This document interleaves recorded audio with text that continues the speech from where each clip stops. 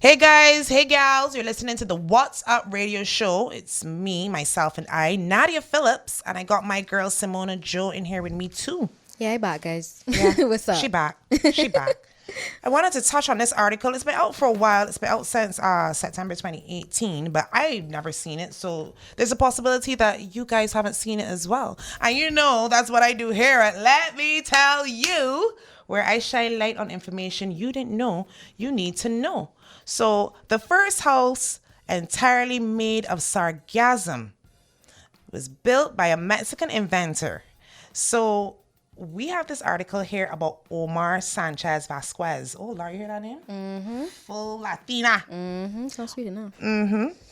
Omar Sanchez Vasquez built an entire house out of sargassum seaweed, and he named it after his mom, Angelita. Aww. He transformed the feared seaweed that invaded the beaches of Quintana Roo into an organic, thermal, and functional construction material, which, by the way, costs 50% less than adobe bricks. I guess guys and gals that are into construction would know the type of brick that I'm talking about. I have no idea. Mm-hmm. The invention utilizes the same technique used to make adobe bricks, and its hardness is resistance to hurricanes, confirmed by the proud creator.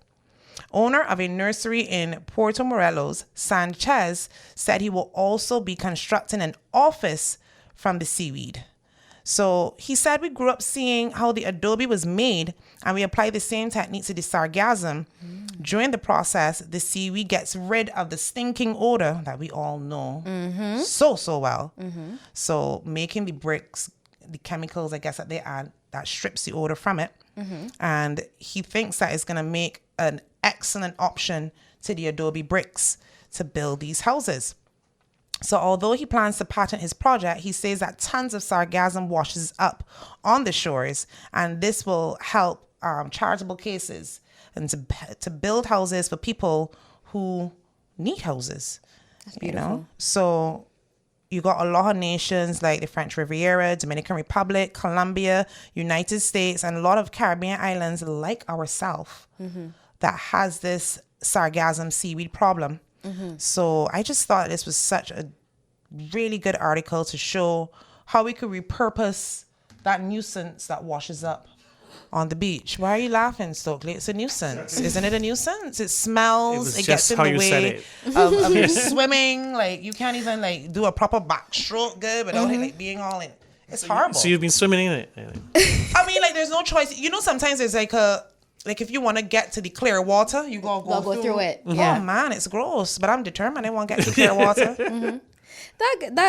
That's pretty awesome. The guy built a house out of it. We have our own seaweed MacGyver here in Barbados, though, you know. Yeah, I actually saw an article of a guy. He is collecting his seaweed from the South Coast. Correct. Kind of out there by Dread or Dead. Yes. And he's stacking them up in his sacks to dry out. Yes. And he himself, too, is going to be repurposing it. I don't know his name. What's up, listeners? If you know the name of this guy, can you please tag us in an article or drop the name on one of our posts and let us know? It's an older gentleman. I would love to get him in the studio and talk to him. Yeah. That'd be so interesting to see. And he's been doing it a long time before anybody else, see if you know about this Adobe brick vibe thing. Mm-hmm. Mm-hmm. Yeah, we've been doing stuff with it. Yeah. Yeah. That's my Let Me Tell You. Well, let's get into my See with the Tea part 2. See with the Tea part 2. This topic I find really, really interesting, so I wanted to bring it. And I feel as though it's a good time seeing it. I just came back from Canada. Mm-hmm. So in the latest news, this was posted May 5th this year. Canada Border Services seizes lawyer's phone and laptop for not sharing passwords. Concern is mounting over Canadian border officers' powers to search smartphones. As more people travel with smartphones loaded with personal data, concern is mounting over Canadian border officers' powers to search those phones without a warrant. The policy is outrageous, said Toronto business lawyer Nick Wright. I think that it's a breach of our constitutional rights. His thoughts follow a personal experience. After landing at Toronto's Pearson Airport on April 10th, he said the Canada Border Services Agency flagged him for an additional inspection, for no stated reason at that. Wright had just returned from a 4-month trip to Guatemala and Colombia, where he studied Spanish and worked remotely. He took no issue when a border services officer searched his bags, but drew the line when the officer demanded his passwords to also search his phone and laptop. Wright refused, telling the officer both devices contained confidential information protected by solicitor-client privilege, because he's an attorney.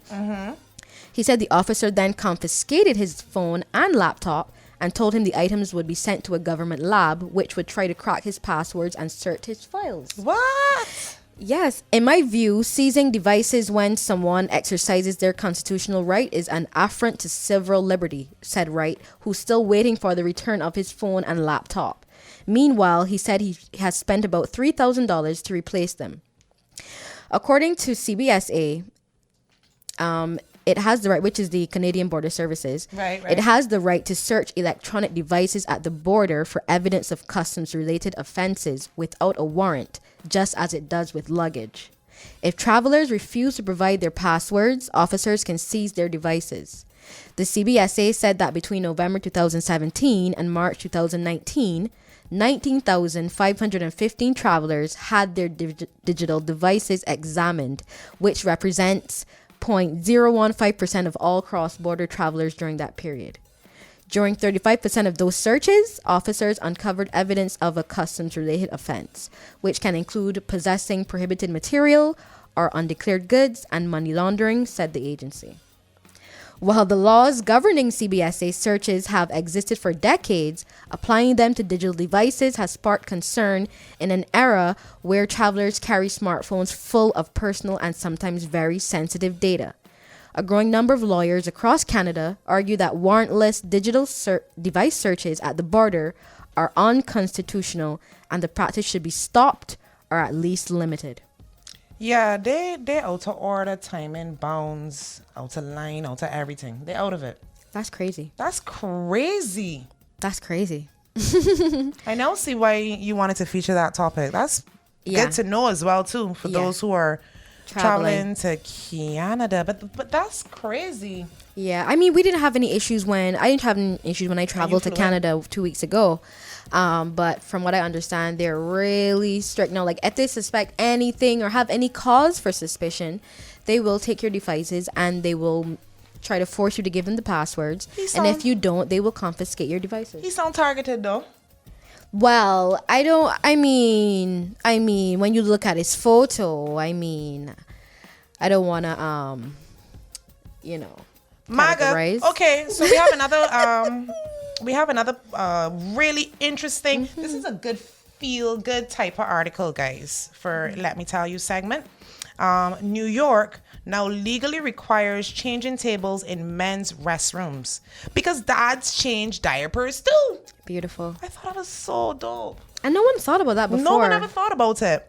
Dads are parents. That means they change diapers. And because society hasn't quite caught up with modern parenting, that means a lot of men are forced to put their babies on the floors, sinks, or countertops in public bathrooms because the men's room doesn't have a changing station. But in New York State, dads will no longer have to put their baby on a questionable lavatory floor or squat with the baby over their knees or try to find a dry patch of counter space between sinks. As of now, the building code in New York requires all new builds or renovated buildings with public bathrooms to install safe and compliant changing tables that are available for both men and women, according to the Office of New York Governor Andrew Cuomo. So I think that is a win for New York. And I just like how they are receptive to what they people need, you know. But I think Barbados, we are pretty forward thinking because Sheraton Mall, the changing station is outside of both bathrooms. Right. I don't know if you've seen it on the wall between the door to the women's bathroom and the men's bathroom. So if you do have a single dad that needs to do anything, he doesn't have to go in the female bathroom or he doesn't have to go in the male. Can you imagine changing your baby in a male bathroom with them urinals and all type of thing? I know. I just kept, guys. Whoever heard that noise, I know what it was. It was me, like, retching. It's pretty disturbing. I think that's a beautiful sentiments Sentiment, to yeah. move on, you know? Yeah. That's my little feel good, let me tell you. Yeah, and they thought about it before changing the bathrooms to transgender bathrooms. Stop it. Okay. Stop it. Okay, so we're gonna take a quick break again, guys. On that note, we're gonna come back with our last topic, and then we're gonna wrap things up. It's a pretty hot topic too, guys. Yeah, so stay tuned. Don't go nowhere. We'll be right back.